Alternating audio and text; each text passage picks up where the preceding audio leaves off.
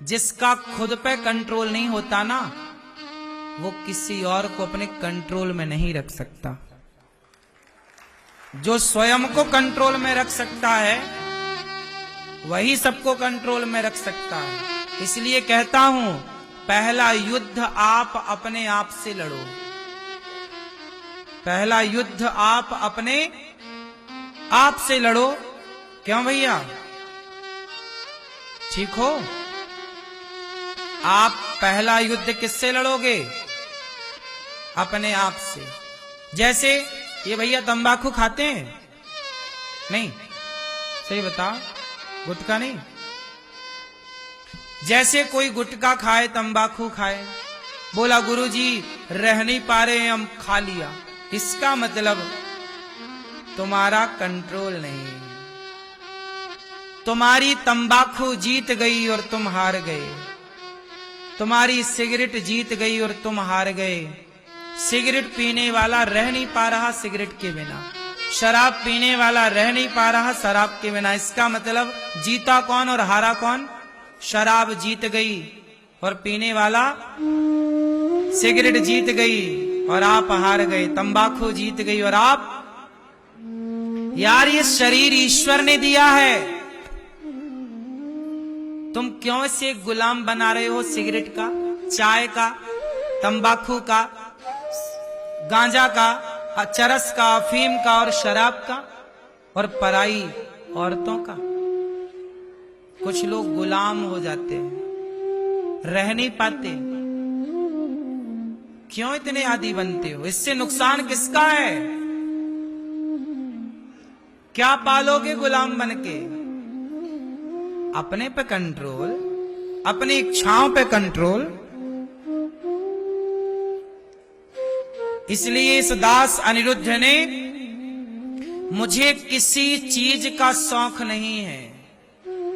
खाने में लोग पूछते हैं महाराज जी आपको क्या पसंद है? नहीं, जो मिल जाए सात्विक प्रसाद वो खा लें। आदि नहीं है कि यही होना चाहिए, नहीं। मैं आदि नहीं हूं कि ये होना ही चाहिए, नहीं भाई, आवश्यक नहीं है। आदि मैं किसी चीज का नहीं हूं कि मैं इसके बिना जी नहीं सकता, रह नहीं सकता। नहीं, मैं सबके बिना जी सकता हूं, रह सकता हूं। आप लोग आदी होंगे किसी चीज के, इसके बिना मैं कैसे रहूं महाराज? तो मरो फिर। तुम्हारे दुख का जिम्मेदार तुम ही तो हो, कोई थोड़ी तुम्हें दुख दे रहा है। तुमने अपने आप को इतना बांध लिया है चीजों से कि अब छोड़ने में, खोलने में तुम्हें कष्ट हो रहा है। पहले तुम अटैच होते हो, बंधते हो, फिर जब खोला जाए तो रोते हो। हमने बांधा ही नहीं, अपने आप को किसी से नहीं बांधा। किससे बांधे आप ही बताओ? हां, भगवान से जरूर बंधे हुए हैं। सब कुछ भूल सकता है। भगवान से हम बार बार ये प्रार्थना करते हैं, प्रभु मुझे कभी पागल बनाना तो ऐसा पागल बनाना कि जैसे पागल को कुछ याद नहीं रहता ना, मुझे भी कुछ याद ना रहे, लेकिन प्रभु आप और आपका नाम याद रहे उस पागलपन में भी। भगवान का नाम याद रहे, श्रीमन्नारायण और श्रीमन्नारायण की छवि सामने रहे। दो याद रहे, नाम और नामी, नारायण और नारायण का नाम। बाकी मुझे कुछ याद रखना अच्छा नहीं है, सब भूल जाना अच्छा है। क्या याद रखे? और याद रख के होगा क्या? एक दिन तो भूल ही जाओगे। हमें सब कुछ याद है तो क्या फायदा है? आप लोगों की नजर में मैं अच्छा हो जाऊंगा, अरे महाराज जी को बड़ा ज्ञान है। नहीं, आप लोगों की नजर में अच्छा होके भी क्या पाऊंगा? क्या मिल जाएगा मुझे? इसलिए संसार मुझे अच्छा कहे ये भी तो चाह नहीं है, ये भी तो इच्छा नहीं है। मैं इससे भी तो नहीं बंधा कि आप लोग मुझे अच्छा कहो। मैं अच्छा काम इसलिए थोड़ी करता हूं कि आप मुझे अच्छा कहो, नहीं, ये तो मेरे भीतर के उद्गार हैं। मेरा जीवन, मेरा शरीर, मैं बिना सेवा के, बिना अच्छे कार्य के जी ही नहीं सकता, मैं जी ही नहीं सकता। मेरा प्राण, मेरी, ये समझ लीजिए कि मेरे प्राण ही मेरी सेवा है। ये शरीर सेवा में जब तक है तब तक मैं हूं, वरना सेवा नहीं तो मैं रह के क्या करूं? मैं उसी दिन शून्य हो जाऊं, जीरो हो जाऊं, खत्म। जिस दिन सेवा ना हो, भगवान ना हो, तेरे बिना भी क्या जीना। अपने आप को ऐसा कब बनाओगे आप? कब तक बंधे रहोगे इच्छाओं से, मुझे बताओ। आप लोगों को देखकर ना मुझे बड़ा दुख होता है। दुख इस बात का कि कितना बंधे हैं आप।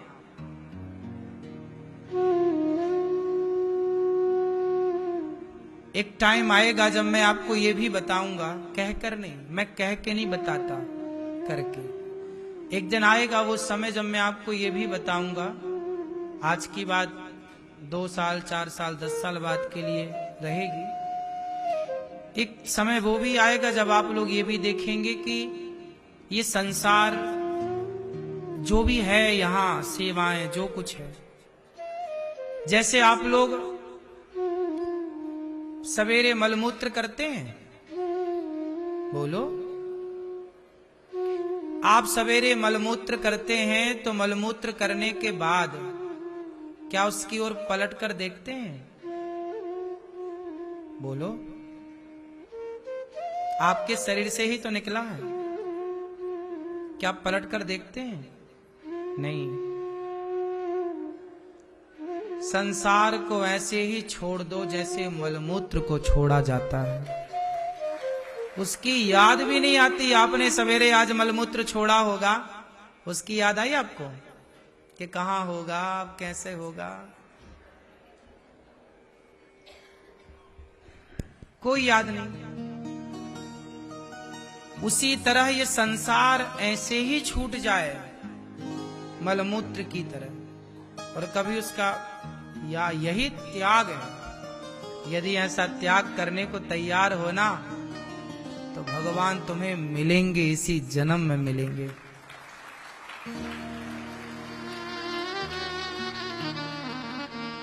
ऐसा त्याग हो, ऐसी स्थिति बन जाए, पर बहुत कठिन है ये स्थिति पाना।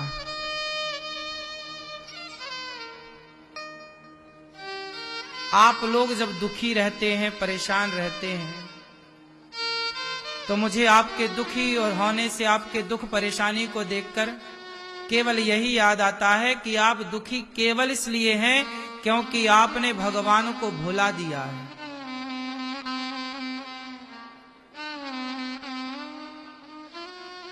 जानत हूं अस स्वामी बिसारी, फिर ही ते काहे न होहि दुखारी।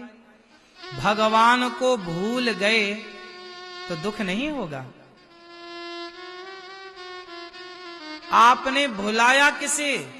भगवान को, जो आपके हैं। याद किसे रखा? उन्हें जो आपके नहीं। आप कहते हैं फलाने ने हमें नहीं बुलाया, फलाने ने हमारा सम्मान नहीं किया, फलाने ने हमें इज्जत नहीं दी।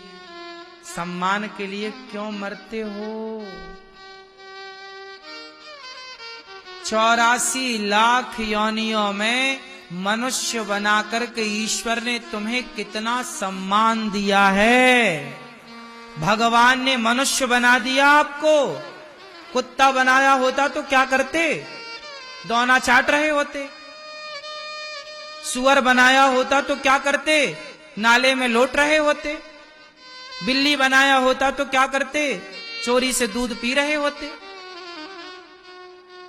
84 लाख योनियों से निकाल कर ईश्वर ने ये मनुष्य का शरीर दिया है, और फिर भी तुम सम्मान की गुहार लगाते हो कि सम्मान नहीं मिला।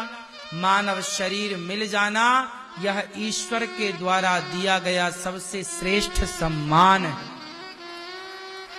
आप मनुष्य हैं, आप कुत्ता नहीं है, बिल्ली नहीं है। 84 लाख योनियों में सबसे श्रेष्ठ हैं आप।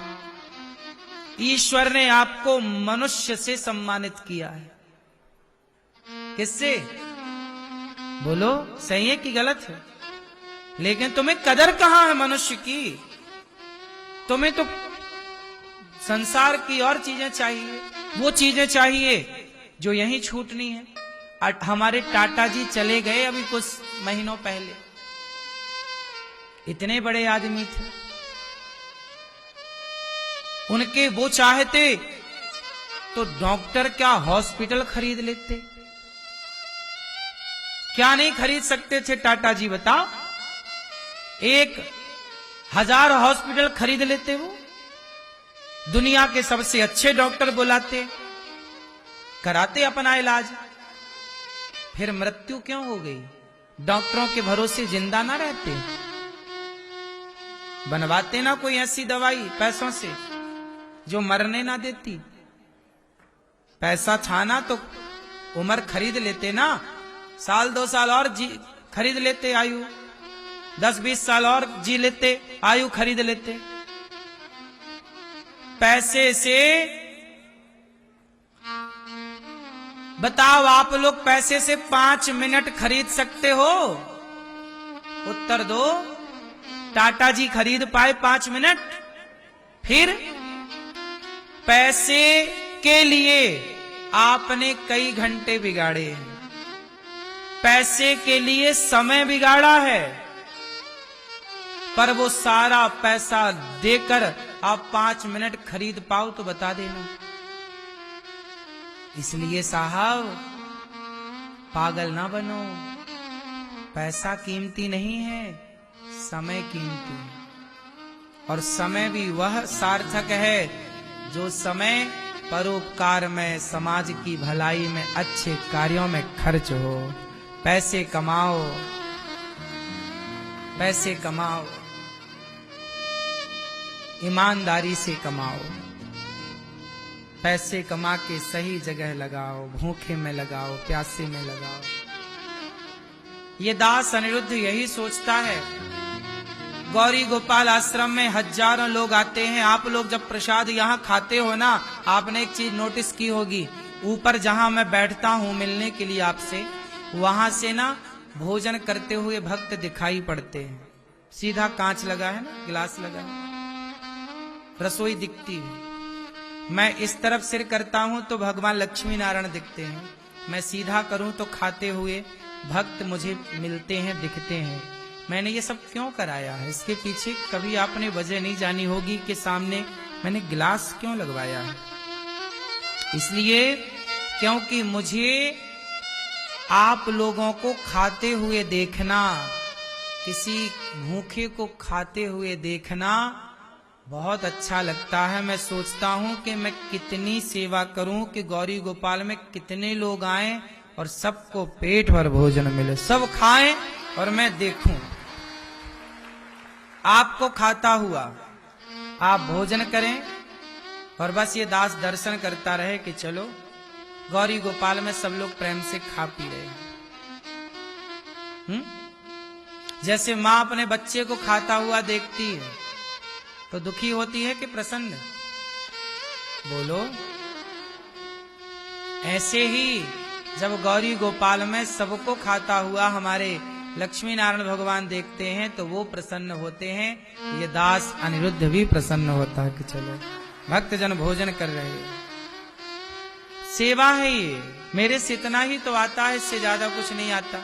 इतना ही कर पाया मैं अपने जीवन में, लेकिन समय का मैंने दुरुपयोग नहीं किया साहब। मैं आपको इस बात की गारंटी देता हूं कि मैंने बचपन से लेकर आज तक मैंने समय को बिगाड़ा नहीं। कुछ ना कुछ सीखा है, कुछ ना कुछ अच्छा किया है। ना पैसे मैंने बिगाड़े। मैं 1 रुपया सुपारी नहीं खाता, तंबाकू नहीं खाता, बीड़ी नहीं पीता, गांजा नहीं पीता, चरस नहीं पीता, शराब नहीं पीता। 1 रुपए में फिजूल खर्च नहीं करता। मेरी दाल रोटी में जितना पैसा लग जाए बस वही है। भोजन करता हूँ, वो भी भोजन सुबह दोपहर को करता हूँ, शाम को थोड़ा सा, कभी कभी करा तो नहीं करा तो।